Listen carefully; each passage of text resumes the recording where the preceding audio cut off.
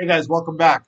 In this video, I want to talk about a very important aspect of Bujinkan training that is so often misunderstood and trained kind of in these weird kind of different ways. But I think if, this is my view on this and the way that I like to train. But I think if you open your mind and consider what I have to say, I think you're going to find that this could maybe add some new perspectives to this topic, and maybe it might also help you in your training. But the topic is the Sanshin no Kata. Sanshin. So San meaning three, Shin meaning hearts, no Kata techniques of. So the Sanshin no Kata are the three hearts forms or three hearts technique. And there's essentially five kata in these. And I don't know if you train in the Bujinkan or not, but if you're training in the Bujinkan for any length of time, you're gonna hear this, you're gonna be exposed to this. And people are gonna tell you this is part of our foundation. It's coupled with the Kyanhapo, which is another set of techniques. There are 8 techniques that also represent kind of the foundation of our taijutsu. And so when you put them together, people will tell you it's like two sides of the same coin, all this kind of stuff. But the Sanshin no Kata, in my opinion, between the Kyanhapo and the Sanshin kind of get this, it, it has more of this weird kind of stigma around it that I think I want to add some pragmatic view to that. And I think you might hopefully find this valuable. So the Sanshin no Kata are very, very old. It dates back to a time period of Japanese warfare during medieval history when soldiers trained to fight on a medieval battlefield wearing heavy armor, carrying big weapons. It's not like the later period type of samurai fighting where they're wearing clothing and they have lighter, faster swords and they're dueling and that sort of thing. This goes back to an older period of big warfare, big weapons. The tachi, which is a big downward curved cavalry sword. Um, Yari, or big spears. Naginata, which is like a bladed polearm. Big weapons meant to be on a battlefield with horses and armored guys and crashing into each other and all that stuff. So this movement was a process of development for that. And in the Sanshin no Kata, you have these techniques that are named after natural elements. And the point I want to make sure that people are crystal clear about why we're still having this discussion, I'm not sure, because this has been already brought out and talked about by so many people, far more expert than me. Um, but I still get this all the time. People just have this stigma about it that even though they are named after natural elements, Chinokata, Sunokata, Kanakata, Funokata, Kunokata, or earth, water, fire, wind, and void or etherealness, even though they're named after these natural elements, they have nothing to do with natural elements. There's no weird kind of mystical, guru-esque type of stuff about it. It's simply a categorical method. It's a way to apply a hierarchical, categorical uh, um, listing. So what the Sanshin no Kata are really designed to teach you, it's not to teach you this one with nature and have this earthy feeling and this watery fluidness and all this. It's not designed to teach you that. It's designed to teach you how to kill or be killed on the battlefield. Um, and hopefully you're not being killed on the battlefield, but to kill or maybe survive being killed on the battlefield. But it's designed for warfare. That's what they were designed for. And this is the part that people really need to understand, that the first step in learning how to be a killer on the battlefield is to develop your body and mind first, the technique second. And so there's a process for learning the Sanshin no Kata that follow that format. The beginning level of the Sanshin is called Shoshin. It's called Shoshin. So the Shoshin, beginner's mind, or just beginning, like the beginning state of being, that is where you learn about the relationship to yourself. You're learning about your structure. You're learning about how to hold your body and put all the parts in the right place. You're learning about your movement, how to move efficiently without wasting energy. how to move in a way that doesn't fight against the armor and the weight of the weapon, but actually works with it, um, and how to move on different terrain and things like that. Uh, but also, it's to develop the body for that. That when you're working things low and you're really extending the knees out and trying to keep that good structure while moving at maximum ranges of distance, that's where the connective tissues lengthen and strengthen. That when you're when you're in that low posture and you're shifting back all the way as far as you possibly can, using your knees and everything else, and trying to hold that without your butt sticking out and breaking structure and everything because you're inside your hips, those connective tissues are not strengthened enough or developed enough. That's that's revealing what you need to work on. And through that continued practice, the adaptation of the body, the natural adaptation that occurs when you apply a stimulus, and stimulus is not always pleasant. When you apply that stimulus, that's the body adaptation that builds that growth that allows you to eventually be able to have the correct posture while still getting that low and deep and wide type of movement. That's the development that's preparing you. And it's preparing you for the next level of the Sanshin. The next level of the Sanshin is the Gogyo.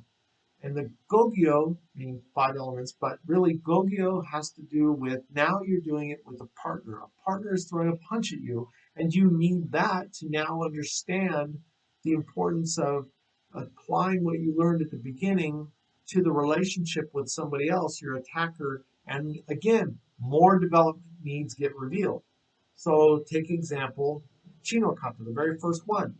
You're in this good kamae, you step back, the arm naturally swings as you come all the way forward, and you do a full expression of this extension of a Sanshin with a full body extension. You're using as much distance as you can, back and forward, good, proper alignment, everything is strong and good, and then now suddenly you got a guy throwing a punch at you.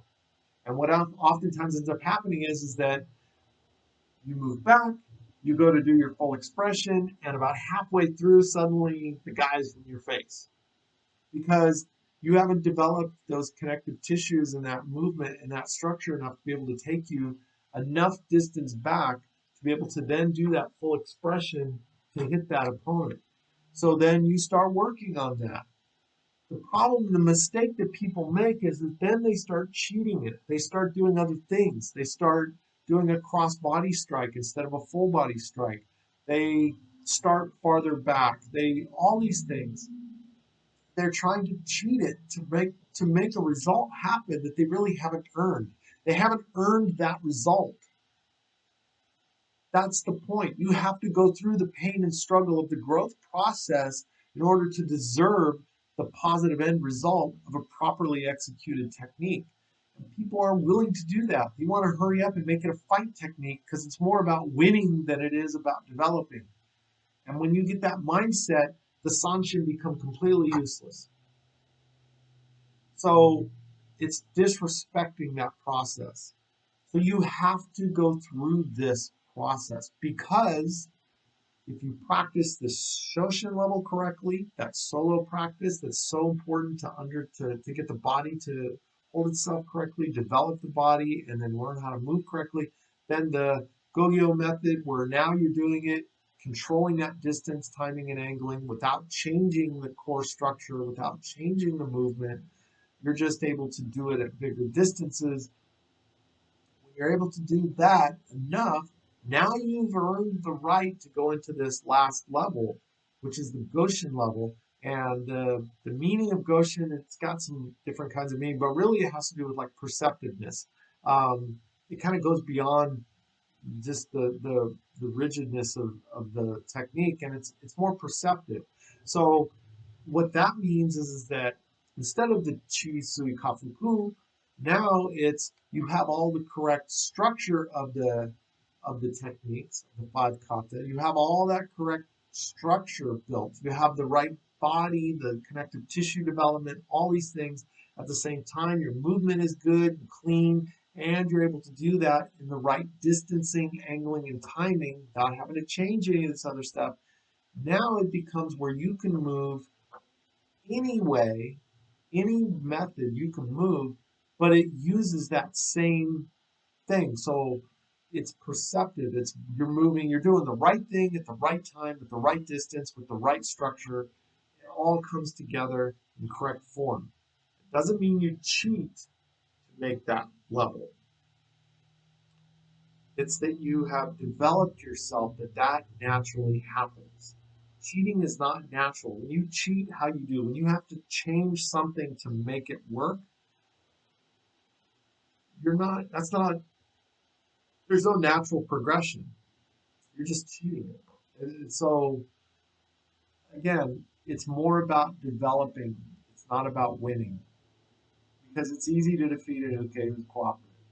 It's not about that. It's the development. So when you approach your Sanshin no Kata from that aspect right there, and you have the right teacher, your body develops along the way it's supposed to develop, those natural lines of development, and your overall taijutsu will vastly improve. Because that's what the Sanshin were for. It was to make you a competent fighter, a winning fighter on the battlefield. And so you have to go through that. You have to experience the pain and the struggle and keep pushing yourself more and more. If your training is comfortable, it's not growing you. Comfortable training kills. It's got to be uncomfortable. It's got to be difficult. You have to be low enough that your structure is difficult to maintain without breaking it. That if you drop low enough in your kamae, where's your back starting to bend? Where's your hips starting to bend? Your balance is being off. And I use a thing in class. I always know when I push my students to the point where when they reach that depth and that distance, they start vibrating to hold it. That's my cue. I always know once they start vibrating, once I start hearing that breath go, then I know that's where the catalyst is happening. That's the stimulus that's creating that adaptation. Perfect. That's the sweet spot. You're going to stay like that for a minute because that's where the growth is going to happen. Are you willing to do that for yourself? Do you need somebody else to push you to that limit, or are you strong enough to take yourself to that limit and strong enough to hold that? So that's what I encourage in your training, especially with the Sanshin no Kata, is to use that time to really push yourself and to dig deep on them. Then have the right teacher that actually shows you the three parts of these kata, that each one of these kata have a part where you are receiving, then you're transitioning, and then you're delivering. And I have a video about that. Go back and look for it. It's a great video. But each one of those parts also contain attack and defense. That every one of those parts, not only you have the ability to launch an effective attack, but also an effective defense as well. That it's protective and it's also offensive at the same time, in the same space, at the same moment, at the same time. And so that takes a really mindful approach to your training. It takes a good coach, a good teacher, but also you have to have the mindfulness and stop putting yourself on the path of wanting to just win or wanting to just make it work. That's a BS way to train that's not going to get you anywhere. Take my word for it. I've been down all these paths. It's not going to get you anywhere.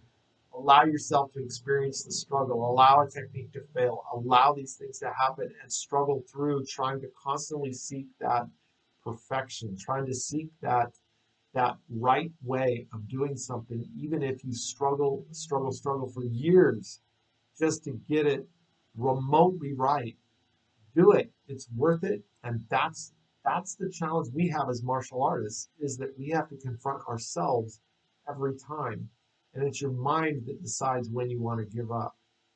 It's not your body. Your body will keep doing what your mind tries to get it to do, and it will adapt to the intent of your mind. So if you have in your mind that you're going to do this so low that the ends of your belt are dragging on the ground, but you're going to do this with a straight back, your butt tucked in nice, good core structure, everything, good knee extension, all of that. If you're going to be able to do all of that and be able to do that full expression of Chino Kata, good distance all the way back, you come all the way forward, and that Sanshi Tanken goes right up underneath the chin of your partner with a good full extension. Everything's aligned just right.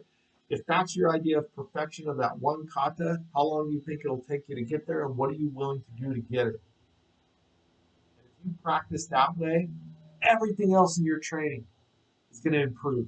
The quality of your training at every level is going to improve because that same guy that's doing that is also doing omote-gyaku, ure-gyaku, genseki nage. He's doing all these techniques, koku, renyo, uh, danshu, danshi. That same guy is doing all of those. So, yes, the Sanshin no kata represent the foundation, but it's not basic and it's not easy, nor should it be. And it's something that needs to become a primary passion in your training because of its importance and connection to everything else you do. So I hope you enjoyed this. I hope it helped you out in some way.